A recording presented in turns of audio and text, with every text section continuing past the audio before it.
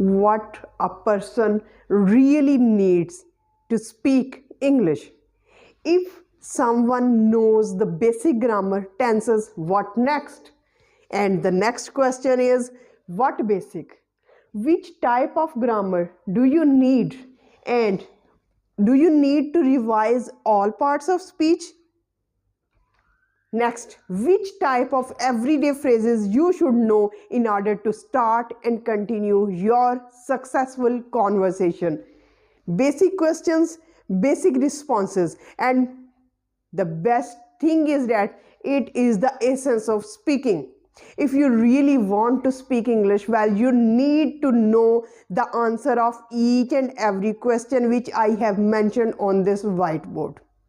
Because 2025 is on the verge and it is approaching as fast as possible, and we have to prepare ourselves. And for preparation, for proper guidance, it's urgent need of the hour or of the need that you have to know the basic answers of these questions so that you can maintain, you can draw the guideline for yourself. So the very first question you have to ask, and often I ask from myself, that what a person really need to speak English. What is that basic thing? And if a person already knows the tenses, vocabulary, and all kinds of grammar, basic grammar, then what next? It's important question. Because most of the English learners through their academic career know tenses, basic grammar rules, and each and everything. But they are just entangled. They are just entangled at this point that what should we do next to have proper conversation. Then if you are a beginner, then what kind of basics you really need? Which type of grammar you should have? Do you need to revise and to learn all parts of speech? If not, then what kind of parts of speech, which type of parts of speech you have to prepare yourself? And what is the importance of those parts of speech which you are intending to prepare? Next thing is, which type of everyday phrases you should prepare beforehand in order to have a initiation of successful conversation.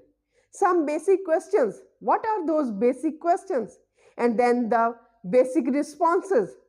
Because if someone asks you those questions, you should be in the position to answer those basic questions. But if you are in the position, you should be at this right place to ask those basic questions. So this video is very important video for preparing you. In fact, molding you towards that direction. Because every now and then we are going to start and we are going to revise the steps, the processes, the procedures that do this, do your shadowing technique, talk to yourself. But these points are equally important. So the very first thing you need to know is that you have to understand and you have to learn the basic grammar so that you can convey a message in a right way and the other person can understand you. Because if you do not use articles in the proper place, if you are not well aware how to use the articles, where to place the articles, if you do not know the basic parts of speech which you are supposed to do, then your answer would be in an ambiguous situation.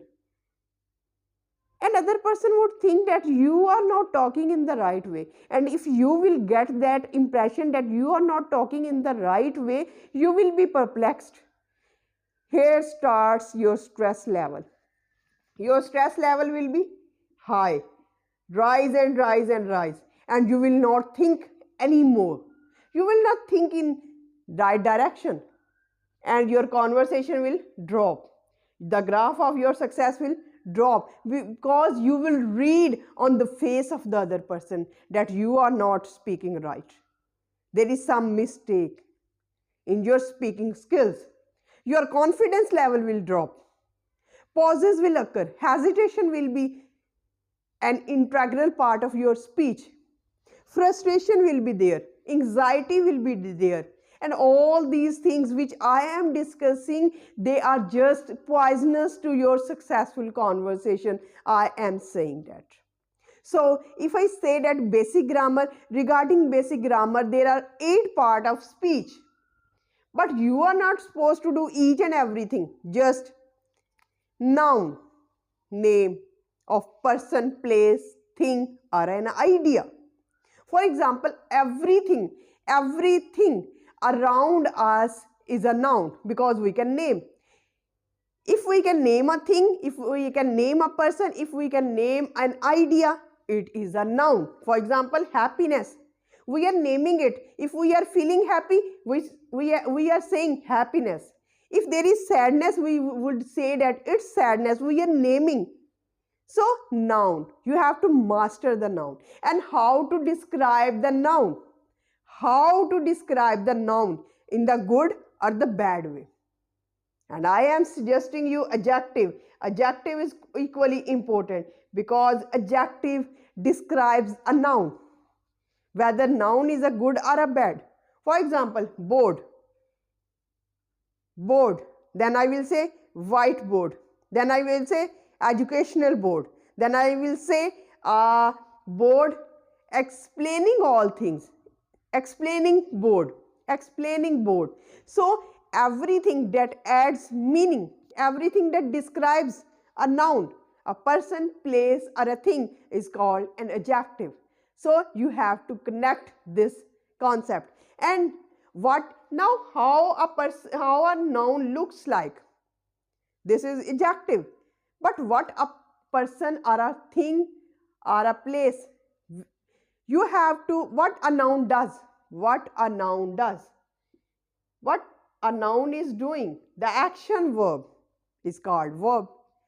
If adjective is important to describe a noun, how a noun looks like, whether in a positive or a negative sense, equally important is the verb. In order to describe what the noun is doing at this time. For example, I am teaching. What I am teaching? I am teaching.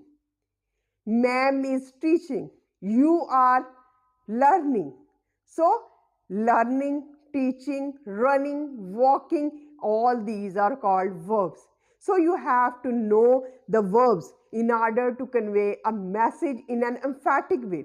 Because if you know only a noun, but you do not know how to convey what the noun is doing at this right time, your message will not be in a right place. So, the next thing is that you have to know, equally important is pronoun. So, 4 things you have to do your mastery.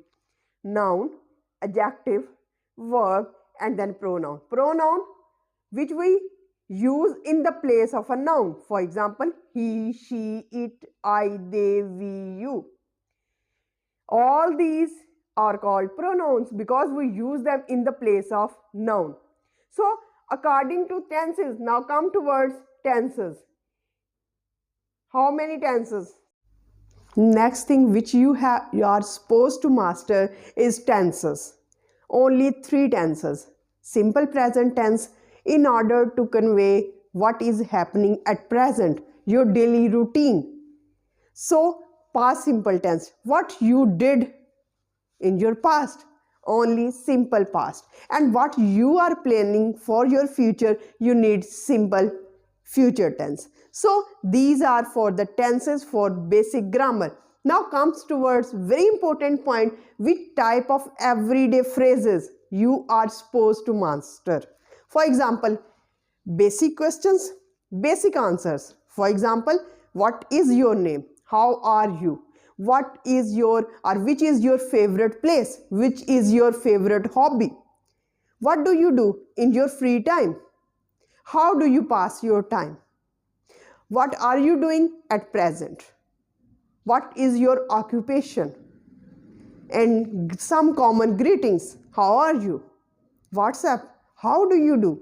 And if you just write in Google search bar basic greetings, and there will be an eruption of some greetings, and you have to master those greetings and utilize them in your daily conversation. If you just ask Google that provide me basic questions to initiate, to start a conversation, you will see a bundle of questions, and then you have to prepare same responses, because if you are asking those questions, you are supposed to answer those basic questions also. So if these are the basic questions, you have to master, you have to ponder on these questions, and you have to answer them by yourself in order to prepare yourself to enter in 2025 with full energy, so that you do not waste your time by just speculating how to prepare a study time, how to plan,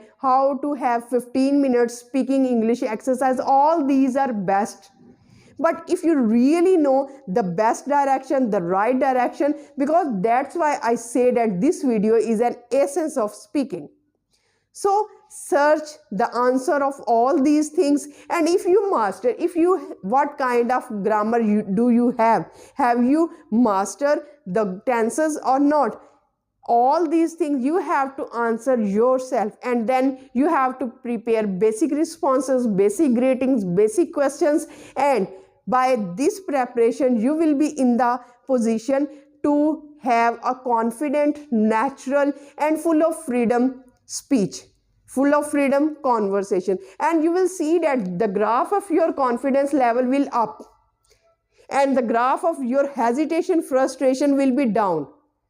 And if you do not know basic responses, sometimes you do not know the answer, your confidence level, your confidence which will be residing in your brain will assist you how to skip that state and how to be a victorious, even despite this fact you do not know the answer. So with this positive note, I certainly end this video. Hope you have enjoyed and learned a lot from this video. If this video is helpful for you, kindly like, share and subscribe this channel and hit that bell icon, because it motivates me to make much more informative videos for you guys.